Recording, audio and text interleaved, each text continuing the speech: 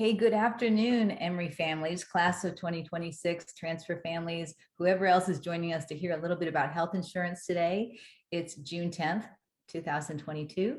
I'm Bridget Guernsey-Reardon with Family Programs at Emory, and I'm excited to welcome you back if you've been to our Family Friday webinar series already, or if this is your first one. And I'm really excited to welcome my colleague back from maternity leave. And Sherry, I'm going to let you introduce yourself because Sherry and I have done these over the last few years, and I'm excited to have her back to do these again. Thank you, Bridget. Hi, friends and family. Welcome to Emory. My name is Sherry Obrentz. I work in the College of Arts and Sciences.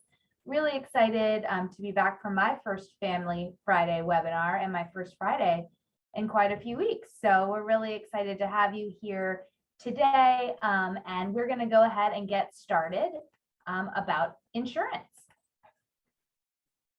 So I believe Bridget, I know she has already hosted 2 webinars so far, one on FERPA and one on immunization requirements. If you happen to miss them or actually need to go back and rewatch them, all of our Family Friday webinars are posted on our website.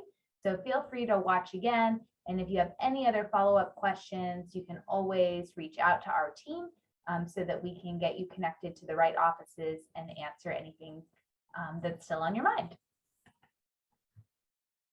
And today you're in for a treat. I'm hearing from Sharon Rabinovitz, our Executive Director of Student Health Services, who's going to walk us through the student health insurance experience. We also have some of her staff helping answer questions in the background. So if something comes up, feel free to type a question in the chat and we will answer it either live or response in the chat as well. So Sharon, welcome. Thank you so much for being here. And we're going to go ahead and get started. Thank you, Sherry and Bridget. And thank you, friends and family, for having me today. I'm glad you're here and I'm looking forward to sharing this really important information for you and your students. So let's get started. The first slide is basically just the nuts and bolts of where we are, who we are, and how to get in touch with us. Student health is on campus. It's at the north end of campus. If you hit the CDC, you have gone too far. I can see the CDC right from my office. So we are, like I said, at the top of the campus, but very accessible for students. We are open Monday through Friday with Saturday urgent care hours. But we are really available 365, 7 hours, 7 days, 24 hours a day after our coverage and weekend coverage through our advice line and through provider backup calls. So we are very accessible and on campus for students to really create that family medical home as they come onto campus. So next slide. So now some of the nitty gritty for insurance. All students can come to student health, whether or not they have the student health insurance plan. So it's very accessible. Your tuition covers all visits. So you could literally see a physician every day or a provider every day, and it is covered. Where the insurance really comes in is labs, vaccines, medications, and different procedures. That's where we submit to insurance and so forth. So we'll get into some of that specifics as we go along. But I am a family physician by training. So one of the things that we really pride ourselves as being very comprehensive, full breadth in our primary care service, women's health, sports medicine, nutrition. We do have telehealth. But all of these services and information can be found on our website, which is a great resource and really what we try to keep up to date as the fall starts. So please bookmark that on your computers to really keep up with the latest information. Next slide, please. So in our building, we have student health, primary care, women's health. We also have psychiatry. We are very fortunate to have 4 attending psychiatrists, 2 resident psychiatrists. So we are very, compared to a lot of schools, we are very fortunate to have that coverage in psychiatry. They're on the first floor, as well as nutrition in the first floor. And the insurance office is also on the first floor. So we have 2 floors in our building dedicated to student health. I wanted to we didn't know exactly where to put this, but it's an important piece of information for you all to know. I talked about, 24/7, 365 coverage. We also have Timely Care, which is a telehealth company that is solely developed for college students, for university students to access mental health and medical care and psychiatry. They also have Talk Now, which is if someone's upset or needs to process something, it's something that people can literally pick up the phone and talk to somebody pretty quickly. The university has been very supportive. It started in September of 2020, knowing that a lot of students were on campus, many weren't, but it really does show the university's commitment to making sure that all care is accessible to our students. So definitely look for more information about that. I will be talking about that in our next meeting next week, which I hope you will come to see as well. For psychiatry, like I said, you do not need a referral. They do work with medication follow-up as well. We recommend that you call them to make an intake visit. We're going to talk a little bit more about transition of care, but that information is important if you have someone who's going to be, if you have a student who's going to be going to psychiatry, now's the time to start scheduling those intake appointments. And like I said, it's very accessible, no referral needed, no charges, and there's no limit on the number of visits for psychiatry. And it is, of course, all of our services are private and confidential.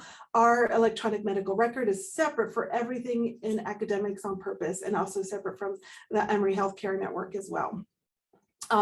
We will talk next week about urgent and mental health coverage.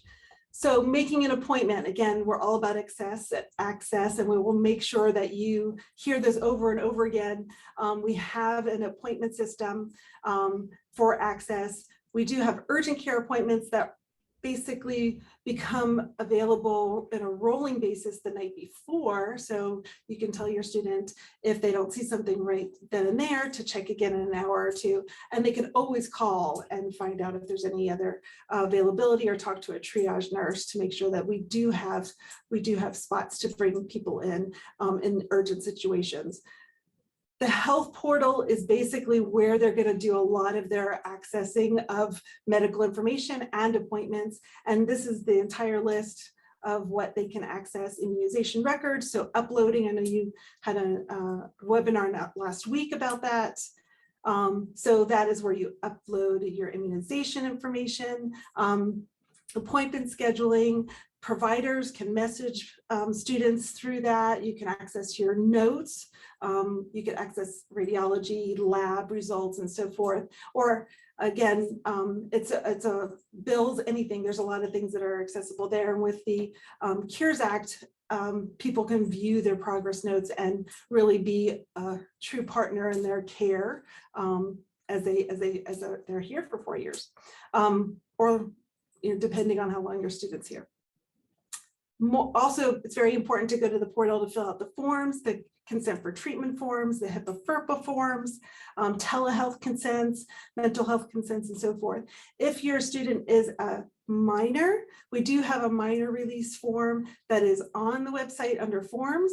So you can definitely print that out, upload it into the portal as well to make sure that that is on available. And I see you're on. I just had a question, or maybe it's a statement too. I know in the first session we talked about FERPA. So Sharon, you're really highlighting the portal, which is great. We really want our students to be logging in and beginning to do this. So again, can you talk a little bit about whose records these are? And I know we are talking to parents and families right now, but really it's student-driven logins and other information. So if you want to just comment on that. Absolutely. That's an important question. And as a mother of 2 college-age students, I have these conversations a lot with my students, with my kids, because this is their medical record. And they should be accessing their own medical record and doing all the things that I just said as far as uploading their immunizations. This information is so you can guide them when they hit a wall or have questions. We want you to be able to guide them, not do it, just guide them into the right direction. The FERPA forms, the student can actually write down that you are able to access information if needed. With that said, it is the student's ID and password that's going to access the portal that only they should have. And so that is one of the things that I think it is confusing. And as I go through the process of my own students, what can I access? What is appropriate for me to access?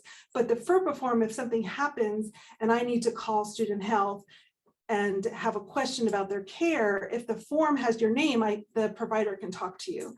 You don't have to go into the portal for that. And I wouldn't recommend that process. I would recommend that the form is filled out and you have these discussions with your students as far as what they feel comfortable, what you expect and so forth to be able to access, especially in, you know, urgent situations and so forth, making sure that you both feel comfortable with what's being shared. So I think that's an important conversation. And just as a quick follow-up, not all of our students are 18 when they start. Many students are turning 18 in their first semester even.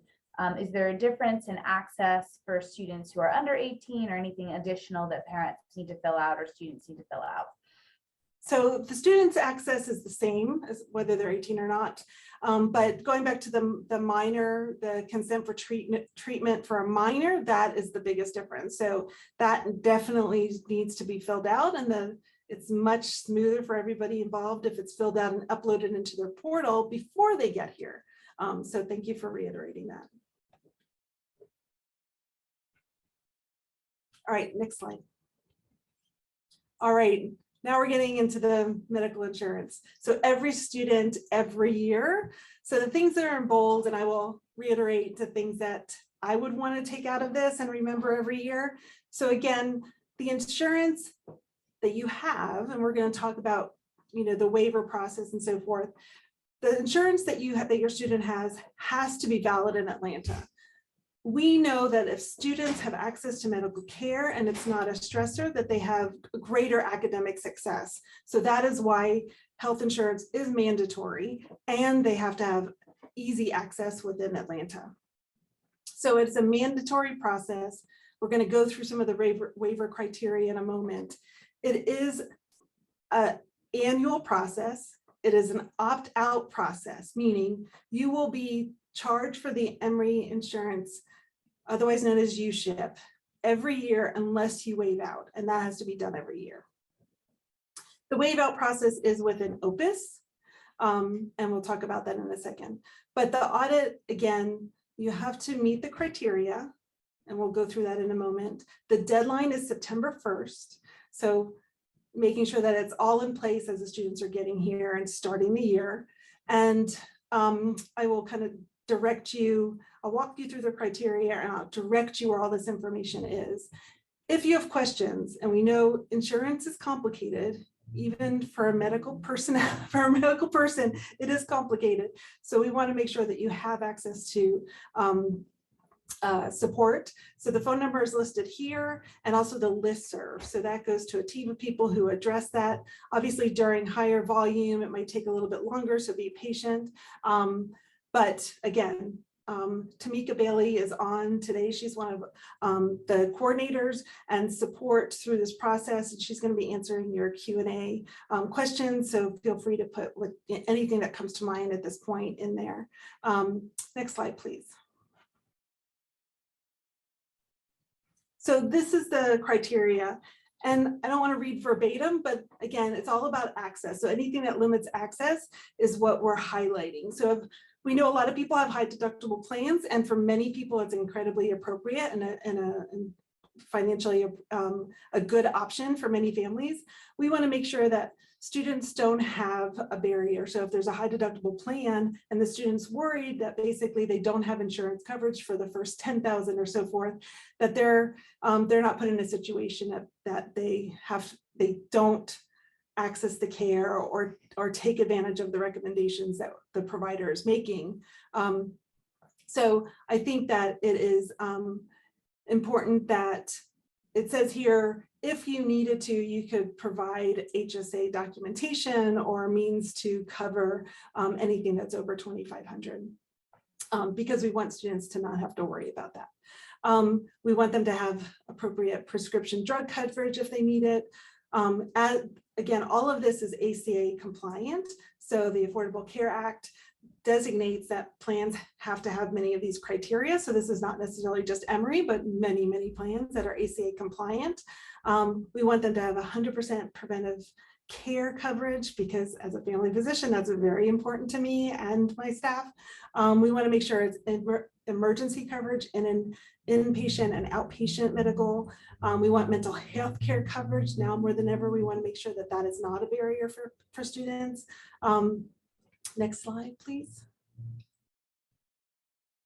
Again, the top is a little bit more of logistics, but we want to make sure again that the percentage of co-insurance is not a barrier. So if it's too low, that can be a barrier, as we know, it all adds up. It can't be a medical cost sharing or co-op program. It has to be a US based claims administrator. So there are insurance companies that are international, that are based internationally. That is not acceptable because we have to be able to submit our claims and work with someone in the US for those claims. Again, mental health is really, really important to us, making sure that they have coverage. And if anything, life happens. So if there's any changes in your insurance coverage, please let us know and we'll work with you because obviously life happens. So all these criteria and more information is on our website. If you go to the insurance tile and basically say, look at the drop down that says, use health insurance or keep USHIP insurance, this information is on there. I mean, actually, let me switch that. If you are going to waive, click the one that says waive health insurance.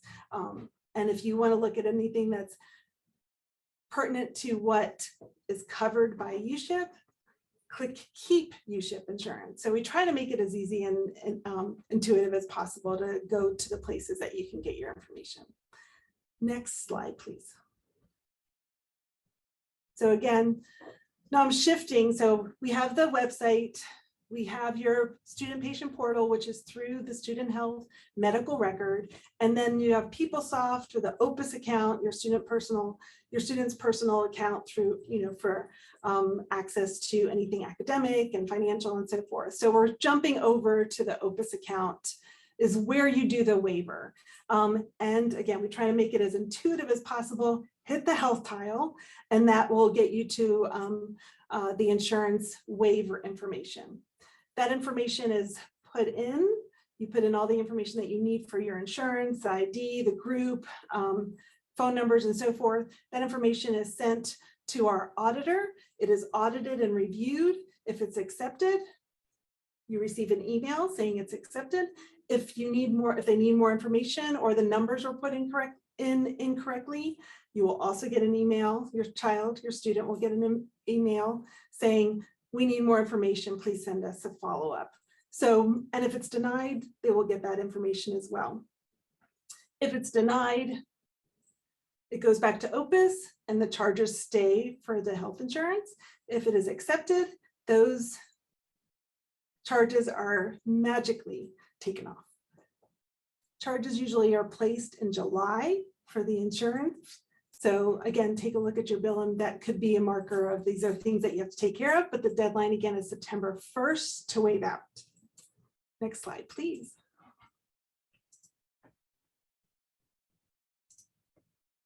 All right, so we know that a lot of students stay on their parents' or their guardian's insurance until they're 26. So we have lots of options to access care. So if students have their own insurance, we do submit claims for 42 plus PPO plans. We verify that the status of the insurance is active, but we do not verify their plan coverage. So this is something to have a conversation, again, Insurance 101 with your student about what is a deductible, what is a co-insurance, what's a copay. Again, we don't charge for visits, just for the ancillary services. I always have my student, my child actually take a picture of their card, which is completely acceptable. In fact, the USHIP insurance, we don't send cards to students. We have them uploaded from the website. So if you do have USHIP, you will not be getting cards in the mail. They just have to go through the Aetna Student Health Insurance website and upload it there. So we're trying to be green and environmentally friendly, and people lose cards. But if it's on your phone, that works best, especially for students these days. We do not have a contract for TRICARE, Kaiser, Medicare, or Medicaid, but we do accept Blue Cross Blue Shield. Next slide. Hey, Sharon, we did get a question in the chat that was a good one, and it was in the Q&A, and it's about dental needs. So when a student might have some dental needs, maybe they've fallen and hit their mouth or need some care, what do they find out from student health about that? So 2 points. So as far as from an insurance plan, the Aetna plan does cover dental. That is part of the premium. It's not a separate plan. It is actually part of it. USHIP covers medical, mental health, and dental. It also has a travel plan and a vision discount program. So it is a pretty good bundle package for the premium. With that said, anytime we would be able to help your student or get into a dental service, it's, as with many places in this country, it's hard to find urgent dental access or emergent care, but we have enough connections in the area that we can help someone. If you can't do it on your own, we can help someone access dental services. And then again, it just depends on your own personal plan, who you can see, but we would definitely work through that with you. Thank you. Great question. And that comes up every year, so I'm glad you're putting it out there already. That's an important question. So the USHIP plan, going specifically through some of the specifics, there's a lot of information on the website. We are going to be uploading some more documents for the 2022-23 year, but there is some changes that we've already updated as far as the premium and so forth, which I'm going to review. But for a lot of the details and larger documents, we'll be putting those on the website in the next week or so. But as far as how it's structured, there's an Emory core network, which includes many of the Emory location sites, hospitals, specialists. If we find that there is a service that's not covered under the core, we will add a specialist or a service, as long as that clinic will be willing to do so. So we really want to make sure it's complete as far as its coverage. And the reason why is that this is obviously very financially beneficial. The co-insurance is 90-10, so you're only responsible for 10%, and the deductible is much less. It's $200 per year. In-network, 80-20 split, $500 deductible. And if you stay in the core and your deductible is $200 all year, but if you start seeing somebody in network, it's a $500 deductible for that specific provider, and the same thing with out of network. So they are separate deductibles based on the network. So that's why, again, we want that the core network is as complete and accessible as possible. We have an administrator, which is Aetna Student Health. So it's an Aetna network. It's an Aetna network that we're utilizing. So it is national, which is great. So usually very accessible out of Georgia. We do have unlimited prescription benefits, 10% copay for any medications that they get at Student Health. And then the split for pharmacies is written here. Again, dental coverage, vision discount program, and travel support. All this you can see on the website under the Keep the USHIP tile on the website. Next slide, please. So here's some of the nitty gritty as far as the timing of coverage and the premium. So here's a split for students who are domestic. They come later in August, so the plan starts on the 15th. For international students, they tend to come a little bit earlier, so their plan starts on the 1st.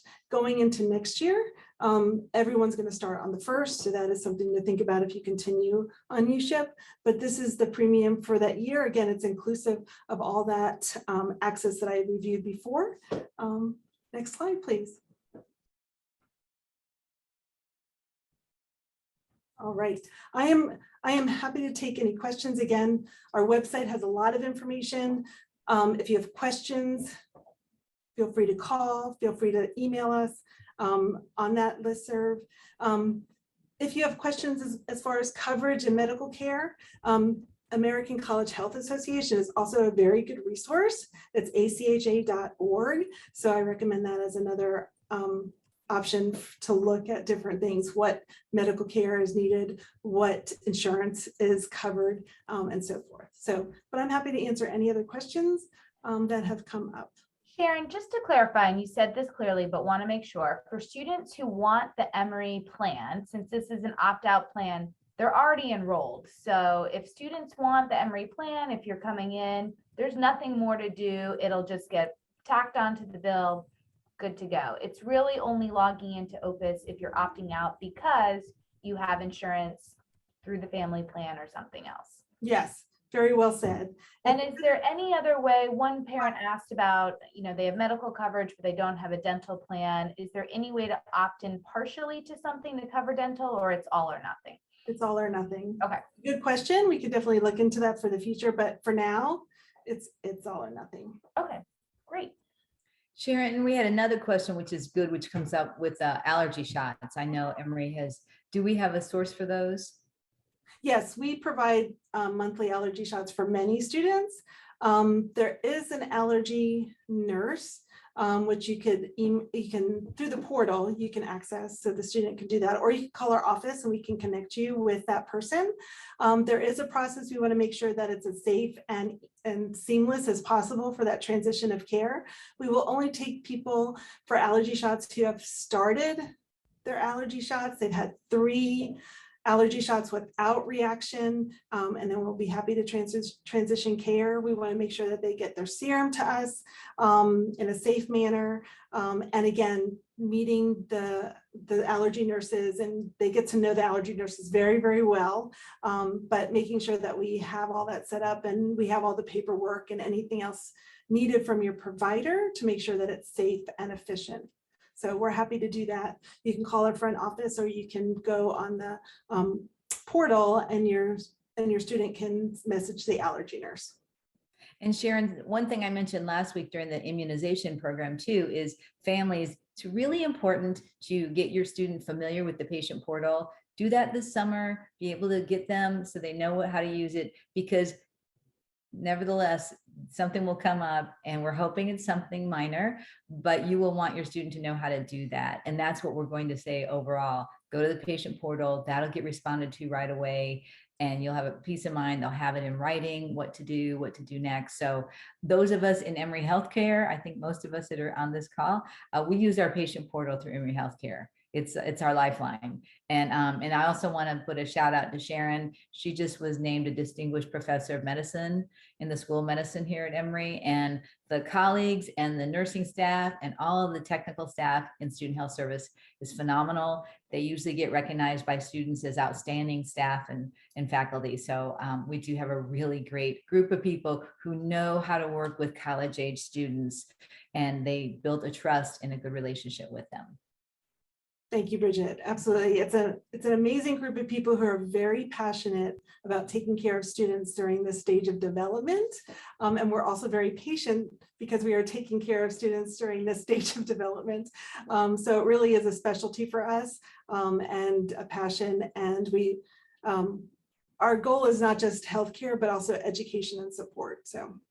And that's a wonderful transition. We want to really thank Tamika for answering all of our questions behind the scenes, and thank you to parents and families who have submitted them.